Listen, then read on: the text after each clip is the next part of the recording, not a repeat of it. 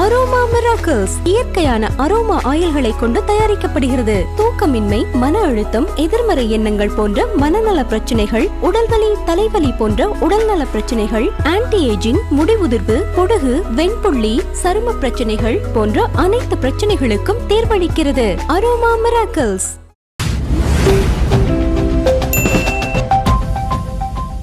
Murugadoss and Sivakarthikeyan Madharaasi படம் almost வந்துட்டு ஒரு 90 கோடியை தாண்டி போயிட்டு இருக்குன்ற மாதிரியான ஒரு நிலை இருக்குது. மீண்டும் இந்த கூட்டணி இணைய போதுன்னு ஒரு செய்தி உலா வந்துட்டு சாத்தியமா இல்ல, அந்த தகவலை நம்ம தான் பிரேக் பண்ண, நமக்கு வந்து ஒரு ரிலையபிள் சோர்ஸ்ல இருந்து கிடைத்த தகவல் தான் அது. பட் ஆனாலும் அது உடனடியாக நடப்பதற்கு வாய்ப்பு இல்லை, அப்படித்தான் நான் நினைக்கிறேன். என்ன காரணம்னா, இப்ப சிவகார்த்திகேயனை பொறுத்த வரைக்கும் இந்த பராசக்தி முடிச்சதுக்கு அப்புறம் அவர் போறது பாத்தீங்கன்னா சிபி சக்கரவர்த்தி படம், அதுக்கப்புறம் வெங்கட் பிரபு, அதுக்கப்புறம் புஷ்கர் காயத்ரி, அந்த மாதிரி பாத்தீங்கன்னா அவர் வரிசையா வந்து ஒரு லைன் அப் இருக்கு. இதுக்கடையில் அந்த good night director Vinayak Chandrasekar படமும் அவர் பண்ண வேண்டியது இருக்கு. அதனால இப்போ முருகதாஸோடு இவர் மீண்டும் இணைந்தாலும் இந்த 4 படங்களுக்கு பிறகுதான் அந்த படம் வருவதற்கு வாய்ப்பு இருக்கு. பட் அதே நேரம் பொதுவாகவே சினிமாவில் ஒரு படம் பண்ணிக்கிட்டு இருக்கும் போதே ஒரு சின்ன கேப்ல சார் இன்னொரு லைன் இருக்கு சார் அப்படின்னு இவர் சொல்றது, அல்லது சார் வேற லைன் வச்சிருக்கீங்களா அப்படின்னு ஹீரோக்கள் கேட்கறது, இதெல்லாம் வழக்கமாக நடக்கும். அந்த மாதிரி பார்த்தீங்கன்னா ஒரு லைனை சொல்லி அடடா சூப்பராக இருக்கு நம்ம சேர்ந்து பண்ணுவோம் சார் அப்படிங்கிற மாதிரி ஒரு ஓரலாக வந்து ஒரு கமிட்மெண்ட் கொடுத்துருப்பாரு. பட் அது எப்போ வந்து உடனடியாக சாத்தியம் அப்படின்னா, இப்போ மதராசி படம் வந்து ஒரு அமரன் மாதிரி ஒரு சூப்பர் ஹிட் அப்படிங்கிற ஒரு இடத்துக்கு போயிருந்துச்சுன்னா இது வந்து உடனடியாக சாத்தியமாயிருக்கும். இப்போ அடுத்த படங்கள் எல்லாத்தையுமே ஓரம் கட்டிட்டு இந்த படத்தை முன்னால் எடுத்துகிட்டு வந்திருப்பாங்க. ஆனால் மதராசி வந்து அந்த மாதிரியான ஒரு வெற்றி கிடையாது. வந்து ஒரு நார்மலான வெற்றி. அதே நேரம் அமரன் அளவுக்கு இந்த படம் கலெக்ட் பண்ணலை அப்படிங்கிறதும் அது எல்லாருக்கும் தெரிந்த உண்மைதான். அதனால முருகதாஸ் சிவகார்த்திகேயன் கூட்டணிங்கிறது உடனடியாக சாத்தியம் இல்லை, கொஞ்சம் தாமதமாகும். ரஜினி கமல் சேர்ந்து நடிக்கிறாங்க அப்படின்னும் போது நாம எல்லாமே லோகேஷ் தான் 75 கோடி 100 கோடின்ற மாதிரி பேசிக்கிட்டு இருந்தோம்.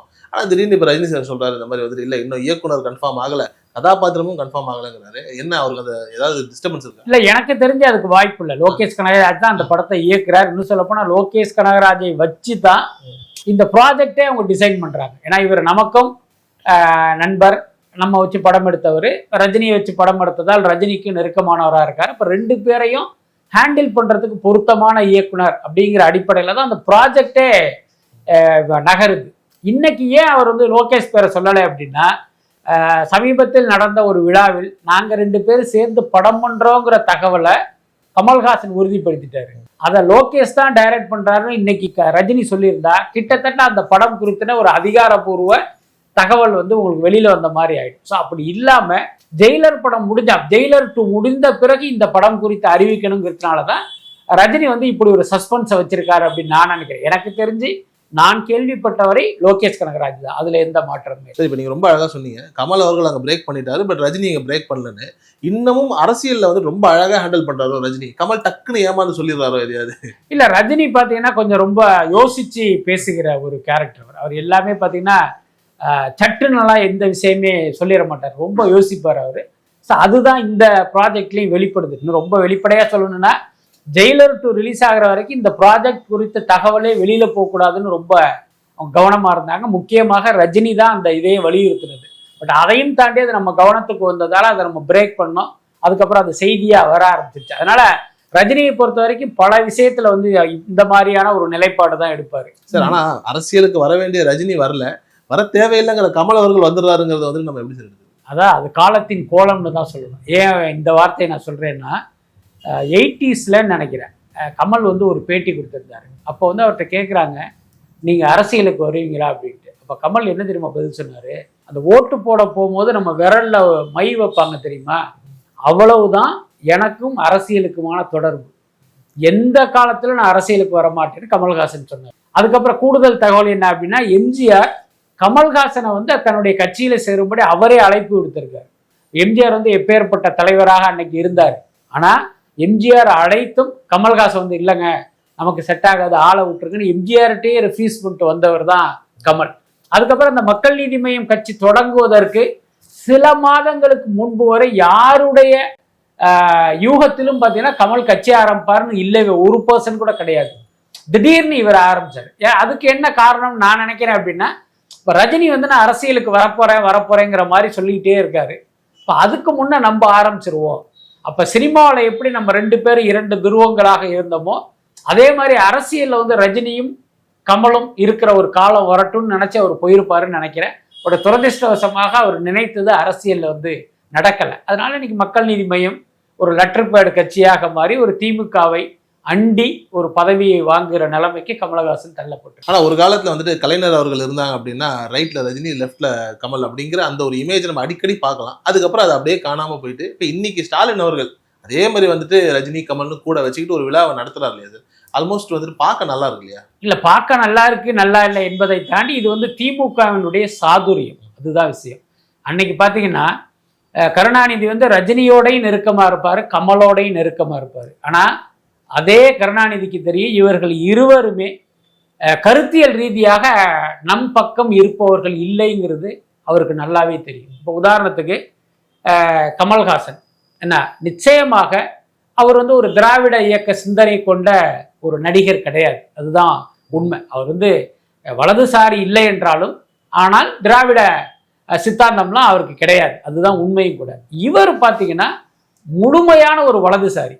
இன்னும் சொல்லப்போனால் ஒரு தேர்தலில் அவர் பாஜகவுக்கு ஓட்டு போட்டதே வந்து பார்த்தீங்கன்னா ஒரு பொதுவெளியிலேயே வந்து அது செய்தியாக வந்ததெல்லாம் நம்ம பார்த்தோம். அப்படிப்பட்ட ரெண்டு பேரையும் இவங்க பக்கத்தில் வச்சதுக்கு காரணம் என்ன அப்படின்னா அவங்க மேலே உள்ள தனிப்பட்ட அன்பு பாசம் அப்படிலாம் ஒன்றுமே கிடையாது. ரஜினியை பக்கத்தில் வச்சுக்கிட்டோம்னா ரஜினி ரசிகர் திமுகவுக்கு ஓட்டு போடுவான். கமல்ஹாசனோட நட்பாக இருந்தோம்னா கமல்ஹாசன் ரசிகர் நமக்கு ஓட்டு போடுவோங்கிற அந்த கணக்கு தான்.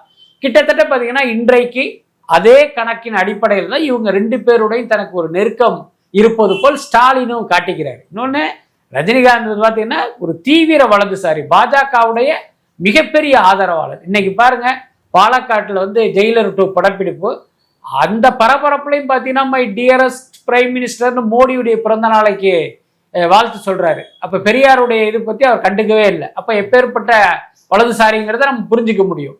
ஸோ இப்போ இவரை வந்து நீங்க பக்கத்துல வைத்துக் கொள்வதன் மூலமாக அந்த ரஜினி ரசிகர்கள் நமக்கு ஓட்டு போடுவாங்க அப்படின்னு ஸ்டாலின் நினைக்கிறதே வந்து ஒரு விசித்திரமான போக்கா தான் எனக்கு தோணுது. சார், ஆனா இப்ப இப்பேற்பட்ட ஒரு நிகழ்வு இந்த இடத்துல வந்துட்டு கூட டக்குன்னு வந்துட்டு ராஜா அவர்களுக்கு இந்த நிகழ்ச்சி நடத்துறதுக்கான காரணமே விஜய் அங்க பிரச்சாரம் பண்ணிட்டு இருக்காரு, அதை வந்துட்டு நம்ம திசை திருப்பணுங்கிற மாதிரியான ஒரு நோக்கம்னு தான் சொல்றாங்க. அப்படிதான் அதுதான் உண்மை. அதுல எந்த மாற்றமும் இல்லை. அதே நேரம் இளையராஜா வந்து அந்த சிம்பொனி முடிச்சுட்டு வந்ததுக்கு அப்புறம் தமிழ்நாடு அரசு சார்பில் அவருக்கு ஒரு பாராட்டு விழா நடத்தணும் அப்படிங்கிறத ஏற்கனவே அறிவிச்சிட்டாங்க. ஆனா அதை என்னைக்கு நடத்தணும் அப்படிங்கிறத விஜயனுடைய சுற்றுப்பயணத்துக்கு பிறகுதான் இவங்க முடிவு பண்றாங்க. அவர் போறாரு 13, அதே நாள்ல இங்க வச்சோம்னா ஒட்டுமொத்த தமிழ்நாடும் இந்த பக்கம் திரும்பும்னு இவங்க நினைச்சாங்க. ஆனா என்ன ஒரு முக்கிய யதார்த்தம் என்ன அப்படின்னா, இளையராஜா என்னதான் ஒரு மிகப்பெரிய இசை மேதையாக இருந்தாலும் இன்றைய இளைஞர்களுக்கு அவர்லாம் ஒரு அவுடேட்டட் இசையமைப்பாளர். அவருக்கு பாராட்டு விழா நடந்தா என்ன, அவர் சிம்பொனி வாசிச்சாதான் என்ன, அதை பத்தி எங்களுக்கு கவலை இல்லை, எங்களுக்கு விஜய் தான் முக்கியம்னு ஒட்டுமொத்த இளைய சமுதாயத்தினுடைய பார்வையை அந்த பக்கம் திரும்பிடுச்சு. எல்லாத்துக்கும் மேல ஊடகங்கள் இளையராஜாவுக்கு முக்கியத்துவம் கொடுக்குமா விஜய்க்கு முக்கியத்துவம் கொடுக்குமா அப்படின்னா இன்றைக்கு வந்து விஜய்க்கு தான் முக்கியத்துவம் கொடுக்கும். எல்லாத்துக்கும் மேல விஜயினுடைய முதல் சுற்றுப்பயணம். அப்ப அதைத்தான் வந்து தமிழக மக்கள் மட்டும் இல்ல உலகம் முழுக்க இருக்கிற தமிழர்களை எதிர்பார்க்கிறாங்க போது அப்போ ஊடகங்களும் அதுக்கு தானே முக்கியத்துவம் கொடுப்பாங்க. அதனால எனக்கு தெரிஞ்சு இந்த இளையராஜா பாராட்டு விழா அப்படிங்கிறது ஒரு பிசுபிசுத்து போயிடுச்சு. அதுதான் உண்மை. ஸோ அதனுடைய வெளிப்பாடாக தான் அவர் வந்துட்டு மேடையில் நின்று சொன்னார், சார் எனக்கு எதுக்கு பாராட்டு விழா, இல்லை இது ஏன் நடந்துச்சு இப்படிங்கிற மாதிரி ஒரு மாதிரியான ஒரு மனநிலையே பேசிட்டு இருந்தார். இல்லை அப்படியெல்லாம் கிடையாது. அது வந்து தன்னுடைய தன்னடக்கத்தை வெளிப்படுத்துகிற மாதிரியான ஒரு பேச்சு. அதே இளையராஜா எப்படி ஒரு முரண்பாடான மனிதருங்கிறதுக்கான உதாரணம் என்னன்னா, இவர் ஏர்போர்ட்ல இருக்காரு, அங்க செய்தியாளர் கேட்குறாங்க இந்த மாதிரி உங்களுக்கு பாராட்டு விழா நடத்துறாங்களேன்ட்டு. அப்போ வந்து இவர் இதெல்லாம் சொல்லவே இல்லை. என்னுடைய இசை நிகழ்ச்சிக்கு அந்த இடம் போதுமா, எவ்வளவு பேர் வருவாங்க, அவங்களுக்கு அந்த இடம் பத்தாதேங்கிற மாதிரியான தன்னுடைய அதிருப்தியை தான் அவர் வெளிப்படுத்துறாரு. புரியுதா இல்லையா? அதெல்லாம் இங்க வந்து என்ன சொல்றாரு, என்னுடைய சிம்பொனியை வந்து அப்படி மக்கள் ஃபுல்லா கேட்கணும், இந்த இடம் வந்து சின்ன இடம், ரொம்ப கம்மியான ஆட்கள் தான் வந்திருக்காங்கன்ட்டு அங்க பேசுறாரு. அதுக்கப்புறம் எனக்கு எதுக்கு இந்த பாராட்டு அப்படி இப்படின்றதெல்லாம் அது சும்மா, அது வந்து ஒரு மேடைக்காக பேசிய ஒரு பொய்யுரையா தான் நான் பாக்குறேன். சார், ஆனா ஏதாவது ஒரு தருணத்துல வந்து ரஜினி அவர்களுக்கும் இளையராஜா அவர்களும் நட்பை தாண்டி ஏதாவது சின்ன பகமர் ஏதாவது இருக்கா? டக்குன்னு எங்கேயாவது ஒரு இடத்துல வந்து இளையராஜா காலை வரி விட்டுறாரு. இல்ல, அதுக்கு என்ன காரணம் அப்படின்னா, இப்ப இளையராஜாவும் ரஜினியும் வந்து ரொம்ப ஒரு நெருக்கமான நண்பர்களா ரெண்டு பேருமே தொடர்ந்து சொல்லிக்கிட்டே இருக்காங்க. இவர் வந்து அவர் சாமியும்பாரு. அதுக்கப்புறம் இவர் என்ன பண்ணுவார் அப்படின்னா, ரஜினி வந்து ஒரு மிகப்பெரிய நடிகர், மிகப்பெரிய சூப்பர் ஸ்டாருங்கிறத மைண்ட்ல வச்சுக்காம, ரஜினிகாந்த் ஏதோ நேத்து தான் சினிமாவுக்கு வந்தவர் மாதிரி அவரை பல நேரங்களில் பார்த்தீங்கன்னா இவர் அவமானப்படுத்துகிற மாதிரிலாம் பேசிடுவார். நீங்கள் கவனிச்சிங்கன்னா தெரியும். இவருடைய பேச்சுங்கிறது ரஜினிக்கு வந்து பெருமை சேர்க்கிற மாதிரி இல்லாமல் அவரை சிறுமைப்படுத்துகிற மாதிரி இருக்கும். நீங்கள் பல பேச்சுகள் இருக்குது. இளையராஜாவுடைய பேச்செல்லாம் நீங்க பாத்தீங்கன்னா உங்களுக்கே கிடைக்கும். அது வந்து நிச்சயமாக வந்து ரஜினிக்கு வந்து ஒரு பெரிய மன வருத்தத்தை கொடுத்திருக்காரு. வெளிப்படையா காட்டிக்கலானாலும் எல்லாருமே மனிதர்கள் தானே, இவங்களாம் மகான்கள் கிடையாது. அதுக்கடுத்து இளையராஜாவுக்கு ரஜினி மேல ஒரு தீராத கோபம் இருக்கு. என்ன அப்படின்னா, திரையுலகம் அவரை கைவிட்டு ஏஆர் ரஹ்மான் பின்னால போனப்ப முதல் ஆளா போனது ரஜினி தான்.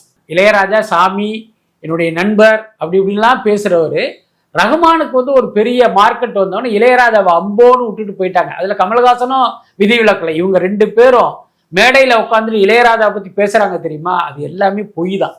என்ன, நிச்சயமாக அது உண்மை கிடையாது. ஏன்னா இவர் வந்து உங்களுக்கு அப்பேற்பட்ட நண்பர், அப்பேற்பட்ட இசை கடவுளாக தெரிந்திருந்தால் நீங்க ரஹ்மான் பின்னால போயிருப்பீங்களா? என்ன, ரஹ்மான் பின்னால போனா உங்களுக்கு என்ன கிடைச்சிரும்? மிஞ்சி போனா ஒரு 10 லட்சம் ரூபாய்க்கு அதிகமா ஆடியோ ரைட்ஸ் விற்க போகுது. எனக்கு 10 லட்சம் தேவையில்லையா, என் நண்பன் தான் முக்கியம்னு நீங்க இளையராஜா வச்சு எடுக்க வேண்டியதானே. அதனால என்னன்னா, இவங்க மேடையில பேசுறது எல்லாமே உண்மை என்று நம்பி வந்து அதை இது பண்ண வேண்டிய அவசியம் இல்லை. சார், விஜயனுடைய ஒரு சுற்றுப்பயணம் சுவாரஸ்யமா இருந்தது, நல்லா இருந்தது. ஆனால் நிறைய இடங்கள் வந்துட்டு அந்த ஆம்புலன்ஸ் நடுவில் விட்டதா இருக்கட்டும், எங்கேயோ ஒரு இடத்துல வந்துட்டு டிஎம்கே வந்துட்டு அவரை டார்கெட் பண்ணி வந்துட்டு முடிஞ்ச அளவுக்கு ஒரு நெகட்டிவிட்டியை கொண்டுட்டு வரணும்னு பார்த்துருக்காங்கன்ற மாதிரியான ஒரு செய்தி இருக்குது. ஆனால் உண்மையிலேயே வந்துட்டு ஒரு ஆளுங்கட்சி இவ்வளவு பெரிய ஒரு தடையை வந்துட்டு ஒரு வளரும் அரசியல்வாதி கொடுக்குமா? கொடுக்க கூடாது. ஆனா திமுக என்பதால் நிச்சயமாக கொடுப்பார்கள். இது எதிர்பார்த்த ஒண்ணுதான். இன்னொன்னு, எத்தனையோ புதிய கட்சிகள்லாம் வந்திருக்கு. என்ன, இப்போ உதாரணத்துக்கு சீமானுடைய நாம் தமிழரே எடுத்துங்க. இப்போ அந்த கட்சியை கண்டெல்லாம் திமுகவுக்கு ஏதாவது ஒரு பயம் இருக்கா, பதட்டம் இருக்கா? ஏன்னா அது ஒரு செல்லாத காசு, எந்த காலத்திலும் நம் வெற்றியை பாதிக்காது. ஏன்னா இது வந்து ஒரு சிறு கூட்டம் அப்படிங்கிறதுனால அவங்களெல்லாம் ஒரு பொருட்டாவே இவங்க நினைக்க மாட்டாங்க. ஆனா விஜய்ங்கிறவர் பார்த்தீங்கன்னா ஒரு மக்கள் செல்வாக்கு பெற்ற ஒரு நடிகர். இப்போ அவர் கட்சி ஆரம்பிச்சு அவருக்கு கூடுகிற கூட்டம்ங்கிறது நிச்சயமா திமுகவை பெரிய அளவில் ஷேக் பண்ணியிருக்கு. அதுதான் உண்மை.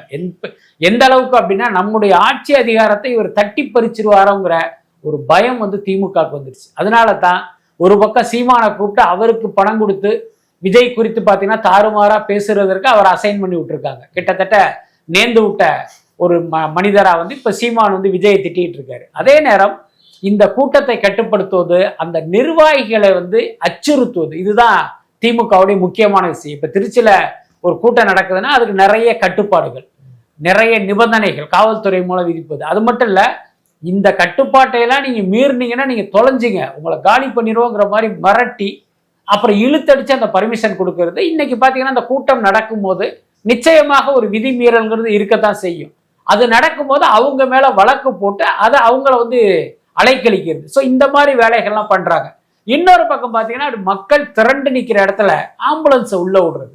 இப்ப மட்டும் இல்ல, கமல்ஹாசன் மக்கள் நீதி மையம் ஆரம்பிச்சு இதே மாதிரி போகும்போது இதே மாதிரி வந்து ஆம்புலன்ஸை விட்டாங்க. அதுக்கப்புறம் எடப்பாடியுடைய கூட்டத்துல இதே மாதிரி ஆம்புலன்ஸ், அதாவது எங்கெல்லாம் வந்து ஒரு பெரிய கூட்டம் தெரியுது அங்கெல்லாம் ஒரு ஆம்புலன்ஸை விட்டு அதை வந்து இடையூறு செய்வது.